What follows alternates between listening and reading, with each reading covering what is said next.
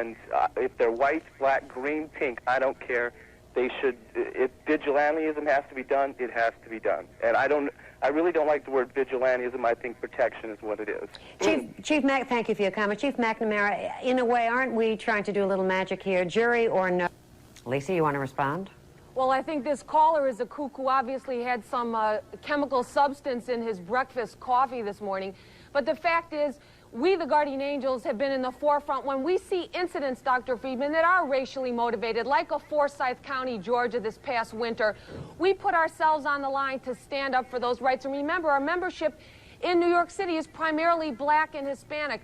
We've had a person in the courtroom monitoring the testimony every single day. I don't believe it was a racial incident. I believe that Getz reacted in a straight out-and-out crime scenario, defending himself because, remember, here was a man who'd been living alone. He had no other way to let off steam.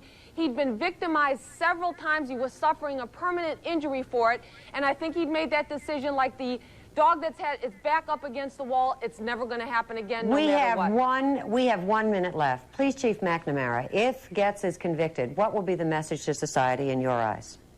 I think the message will be that you have a right to defend yourself, but you can't go too far. You can't take the law into your own hands, and that you ultimately will be judged by a jury of your peers as to whether or not you used unnecessary force. And I think that's the way it should be. And Lisa, in 30 seconds, what do you think the message will be?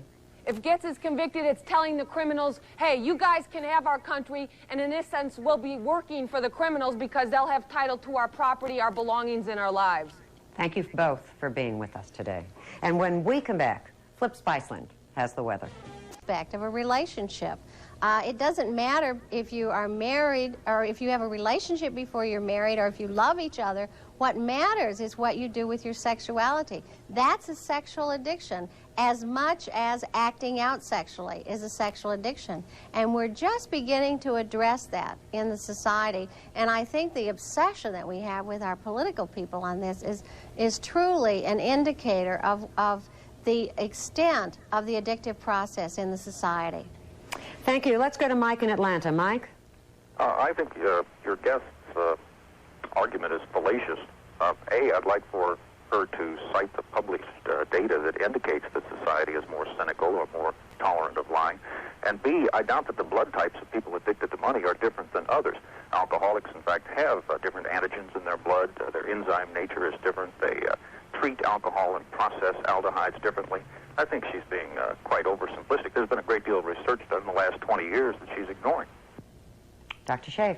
There indeed has been, and I think you're absolutely right about that. Nutrition News is brought to you by the Florida Intended pregnancies. However, the commercial and the campaign are stirring up some controversy.